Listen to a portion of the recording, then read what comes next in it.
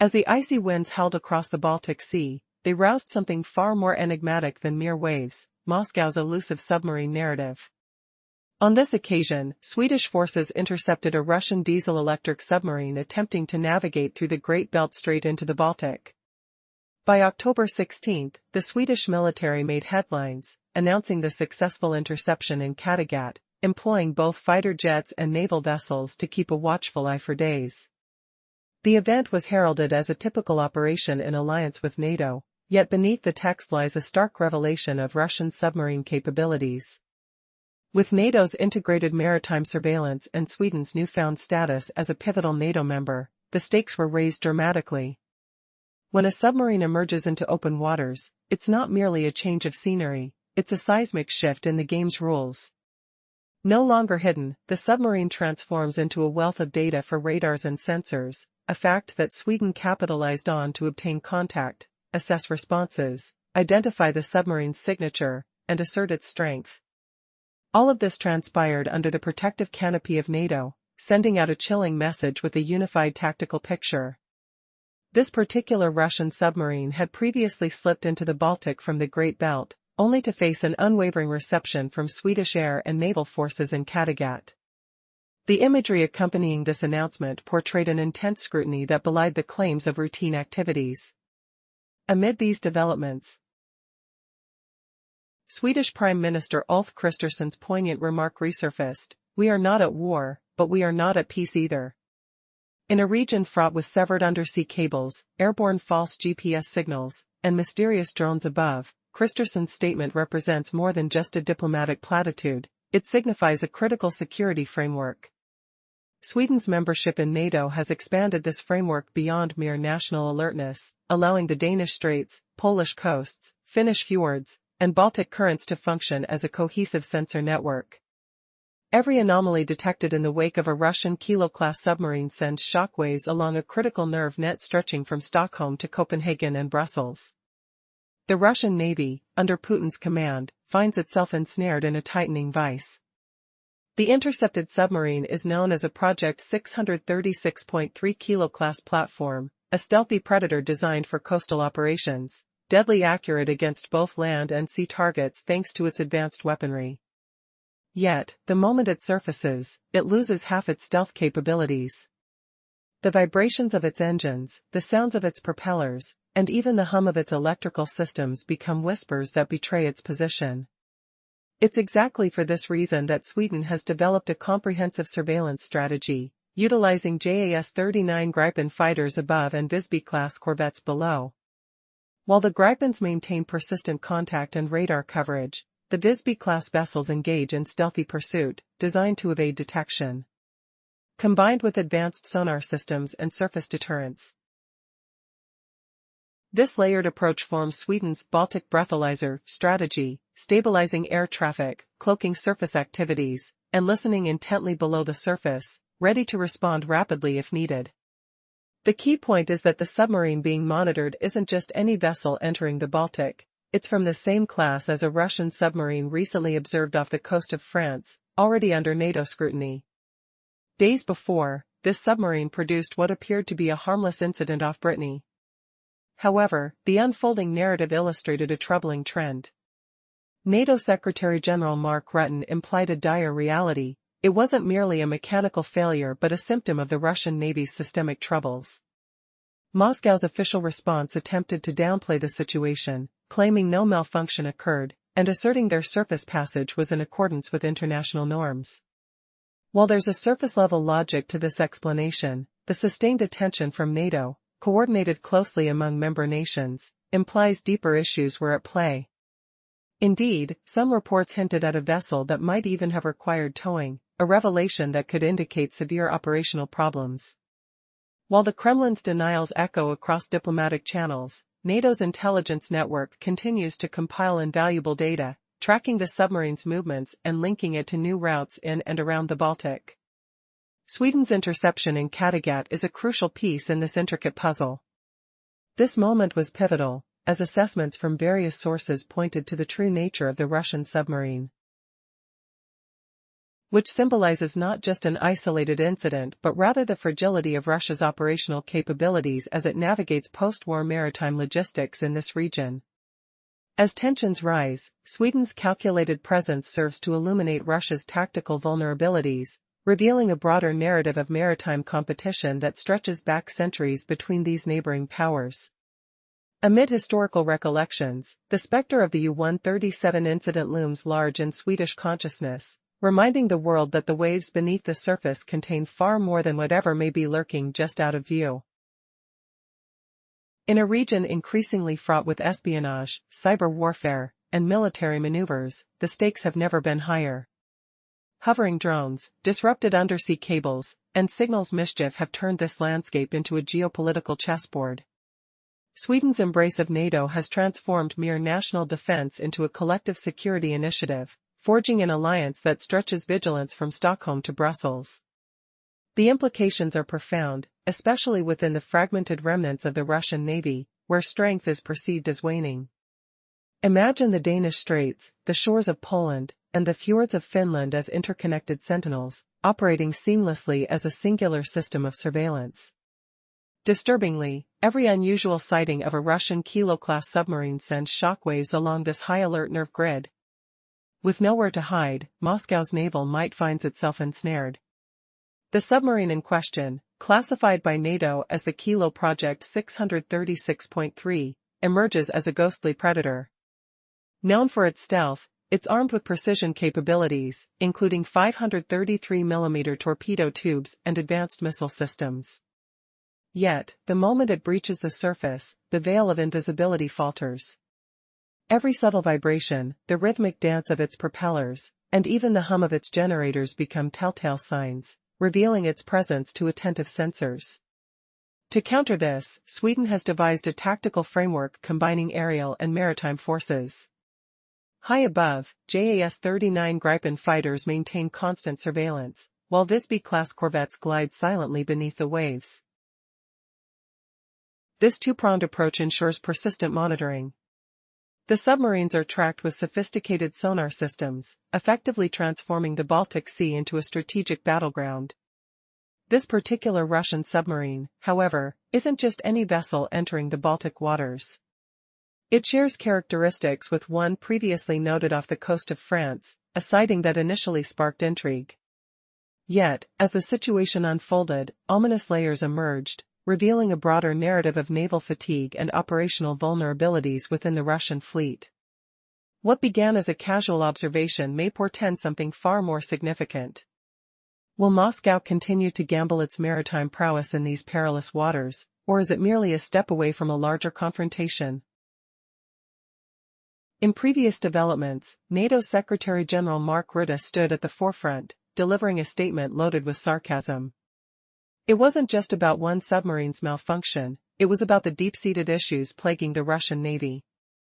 As NATO assessed the deteriorating naval picture, it painted a broader narrative of systemic fatigue. Russia's claims of a legitimate surface passage through the English Channel might have sounded credible, but the truth was different.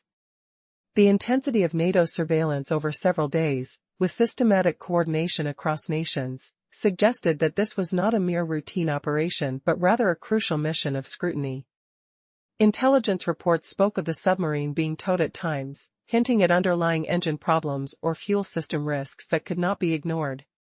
Despite Moscow's denial, NATO linked the vessel's signature and monitored its movements closely, revealing a troubling pattern as it shifted towards the Baltic Sea. This incident brought to light the name Novorossiysk, a submarine classified under the Kilo Project 636.3, highlighting the logistical difficulties Russia faced in maintaining its fleet across European waters post-conflict. The evidence painted a daunting picture. Russian diesel-electric submarines were now forced into dangerous surface returns, akin to a long, arduous migration. The urgency of the situation echoed across the Baltic Sea, creating ripples that reverberated throughout NATO's defenses. As the weight of these revelations sank in, the strategic implications unfolded before the world. How far would this Russian vessel go before it was ensnared by its own limitations? Amid the frigid winds of the Baltic, a secretive saga unfolded beneath the waves.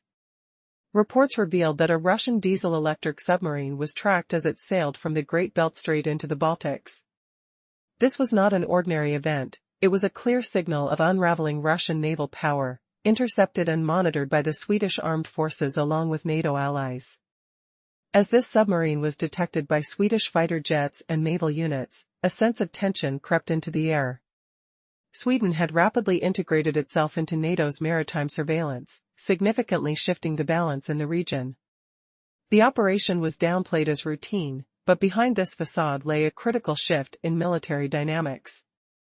With every surface activity of the submarine, it transitioned from an elusive hunter to a visible target, sounding alarms across NATO's network of sensors. Visual aids captured the lurking vessel, counteracting any notions of business as usual. Coupled with the words of Sweden's Prime Minister, who stated, "We are not at war, but we are not at peace either," the reality of a heightened state of vigilance loomed large. In a time when undersea cables were mysteriously severed and fake GPS signals scrambled navigation, this statement resonated deeply. Sweden's role transformed from national defense to a pivotal player in collective security across the Baltic Sea. The Russian submarine that ventured into the region was a Kilo-class, a design famed for its stealth. Yet, when surfaced, it became nothing more than a data point in NATO's vast intelligence repository, every sound, vibration, and movement catalogued like fingerprints. This newfound transparency exposed the increasing vulnerabilities of the Russian fleet amidst challenging logistics and maintenance which hampered their operations. In the grander scheme of things, this wasn't merely about one faulty submarine. It highlighted a significant decline in Russia's operational ability, particularly in these northern waters. As the submarine lingered above water, NATO's knowledge grew exponentially, reconstructing its movements and bolstering auditory intelligence. The pressures intensified on Moscow as NATO figures gained insights into every aspect of the submarine's design and operation, transforming the concept of maritime security in the region. Was this vessel simply unfortunate, or did it signify escalating deterioration within the Russian Navy? As each observation built upon the last, a chilling reminder formed: the more NATO learned, the more commanding their presence became. In this dangerous dance of maritime power, where every maneuver holds weight, Russia found its defenses painfully thin. No longer could the Kremlin rely on the illusion of stealth. The balance of power shifted, and what was once hidden now found itself under the watchful eyes of NATO allies, fueling a dawn of new confrontations and encounters in the frigid waters of the Baltic. As the layers of information build, the shield of deterrence strengthens. This escalating deterrence heightens the repercussions of any reckless threats. The complex history of rivalry between Sweden and Russia casts a long shadow, making each maritime confrontation in the Baltic a vivid chapter in a saga that dates back to the 1700s. For the residents of Stockholm, the debate over submarines has become a reflexive response ever since the U-137 incident, a submarine that ran aground in the 1980s. Post-Cold War tensions, fueled by suspicious naval activity and alarms around military bases in 2014, keep that reflex sharp and alert. With Sweden's new NATO membership, this instinct has integrated seamlessly into collective surveillance efforts. A Swedish Navy contact in the Kattegat instantly enhances the defensive strategies of Poland, Lithuania, and Denmark. In essence, Stockholm's methodical and vigilant monitoring has evolved into a crucial element of regional security strategy. A pivotal element in this maritime vigilance chain occurred off the coast of France. On October 9, a Russian submarine emerged in the waters near Brittany, closely monitored by a French frigate. This marked a powerful embodiment of NATO's commitment to vigilance along Atlantic approaches. The moment Sweden declared its responsibility for monitoring, the submarine found itself under a humiliating watch. French, British, Belgian, and Dutch vessels all contributed to this surveillance, each tracking the submarine's movements and gathering vital data. This intense scrutiny suggested that the submarine either posed a significant threat or was grappling with serious operational issues, possibly both.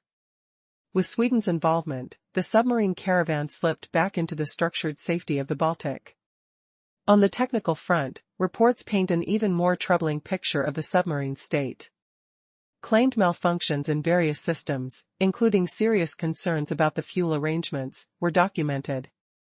Faced with these issues, the refusal from Moscow to acknowledge problems became increasingly untenable, as the submarine's operational capability was severely compromised.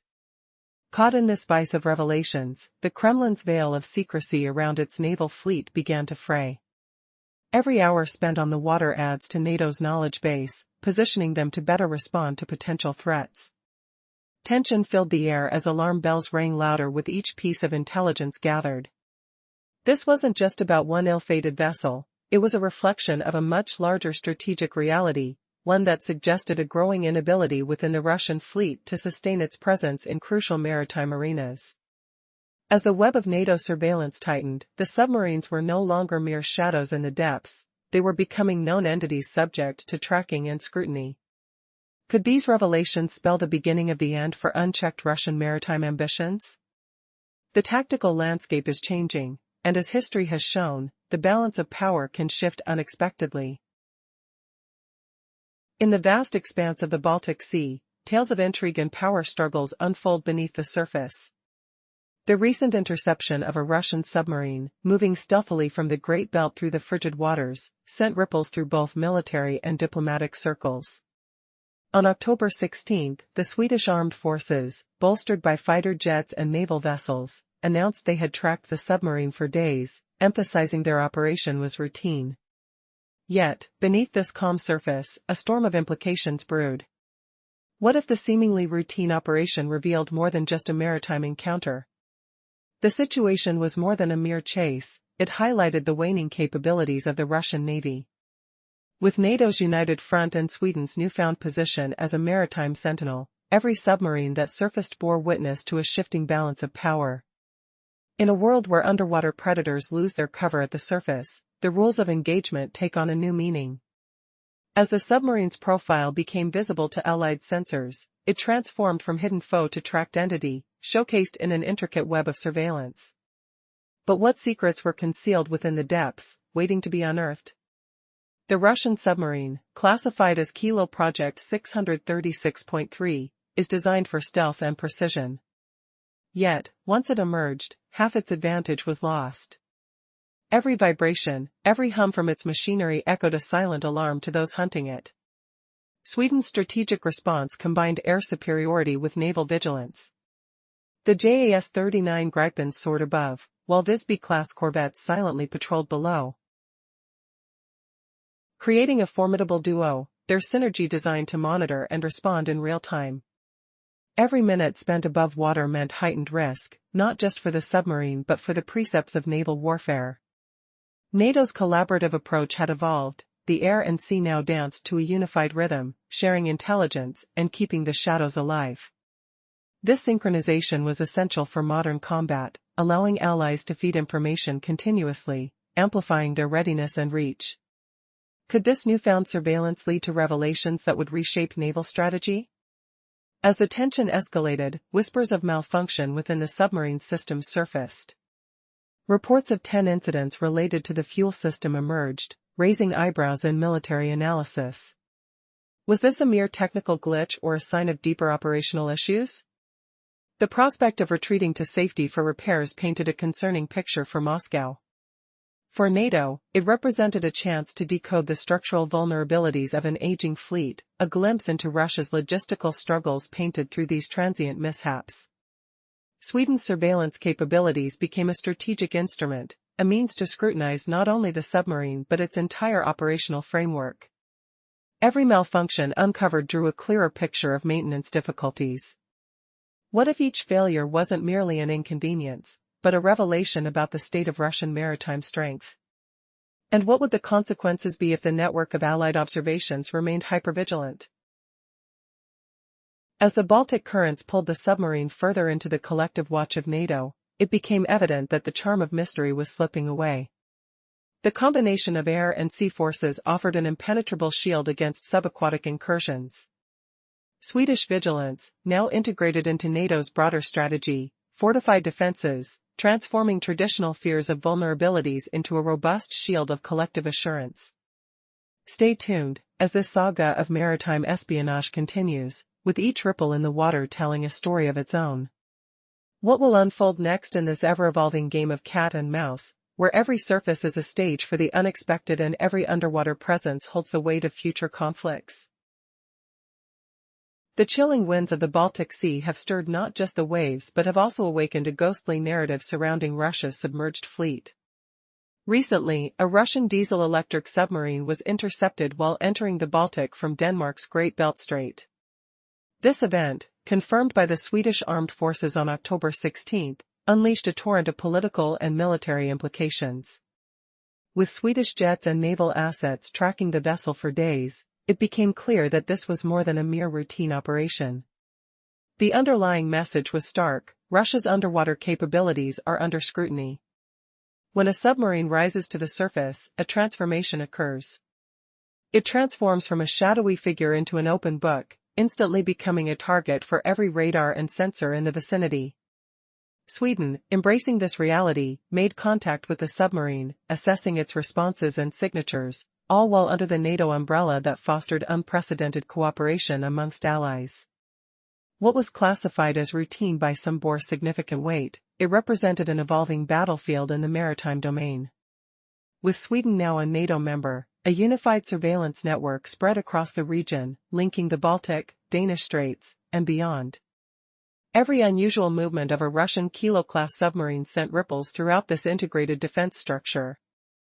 Once regarded as masters of invisibility, these vessels find themselves ensnared in a net of intelligence and surveillance, cutting through the illusion of stealth they once relished. The submarine that surfaced was a member of the formidable Kilo Project 636.3. Acclaimed for its near-silent operations and precision strikes, when it breached the surface, it unwittingly compromised its key advantage. Every vibration and sound echoed a telltale sign to the sensors watching from above and below. As the Swedish Air Force maintained a vigilant watch with their JAS-39 Gripen fighters, naval corvettes slipped silently beneath the waves, ready to pounce on any signs of danger, executing a carefully crafted tactic designed to expose vulnerabilities. Unexpectedly, this submarine was not just any vessel. It correlated with a previous sighting near France, where another Russian submarine had attracted NATO's watchful attention. As nations coordinated their efforts, French frigates tracking, British destroyers monitoring, and Danish and Swedish air power closing in, a web of surveillance enveloped the Baltic, solidifying NATO's position against potential threats. Amid this orchestration, Russian officials claimed that everything was proceeding according to plan. However, NATO's cold data refuted this assertion, revealing systemic weariness within the Russian naval command. Reports hinted that the submarine wasn't merely undergoing routine travel. It was grappling with malfunctions that forced it to embarrassingly linger at the surface, drawing unwelcome attention. With every passing hour, NATO gathered more intelligence, mapping the submarine's acoustic signature, transforming routine monitoring into a vital intelligence resource with every recorded stroke. The implications of this incident stretch far beyond the immediate context. It heralded a shift in how Baltic security is conceptualized, a change driven by Sweden's active participation in NATO's maritime operations. The sighting of a situation that once would have gone unnoticed now echoed through the corridors of power from Stockholm to Washington. Ultimately, NATO's united front constricted the Russian presence in European waters, strategically undermining Moscow's long-held maritime dominance. The gradual accumulation of intelligence casts a shadow over any random acts of aggression. In this evolving landscape, every shift in power subtly reverberates through decades of rivalry. As the Baltic states gear up for relentless vigilance, the future remains uncertain. Sweden's patient observation, now interwoven with a broader network of allies, has fortified collective security in this storied region, reshaping the maritime narrative from a tale of isolation to one of collaborative resilience. What's next for the submarine fleet lurking in these troubled waters? Will they adapt or succumb to the rising tide of vigilance? The answers lie beneath the surface, where shadows whisper secrets of an ancient rivalry reborn. In a world where maritime tensions now unfold in the shadows, a historical transformation is occurring in the strategic waters of Northern Europe. The once isolated waters of the Baltic Sea have become an intricate theater of naval power dynamics. On one fateful day, Swedish and Danish forces were thrust into action when a Russian submarine was spotted. What was once unimaginable coordination between nations is now an impressive reality, showcasing NATO's collective strength. Imagine this: a French frigate detects a vessel, a British destroyer swoops in to assist, patrol boats provide a surrounding shield, and finally, Swedish and Danish air assets converge. This isn't just a pursuit, it's a reimagining of European maritime boundaries. As Sweden integrates deeper into NATO, it has become a pivotal player, redefining the rules of engagement on the Baltic stage. The incident with the submarine showcases not only the urgency of the present but also foreshadows future conflicts. The growing dossier on the tracked Kilo-class submarine will enhance NATO's response to menacing tactics like underwater mines or signal disruptions, should they threaten critical sea routes. Every whispered sound of the submarine's engines, every ripple of its wake is now catalogued in NATO's vast database. Sweden's actions today are laying the groundwork for tomorrow's naval strategy, creating a carefully orchestrated deterrence in the Baltic region. However, behind this resurgence of assertiveness lies a stark truth about Russia's naval capabilities. By artificially surfacing or following the rules of engagement, the Novorossiysk incident has exposed Russia's vulnerabilities. Yet, the implications run deeper.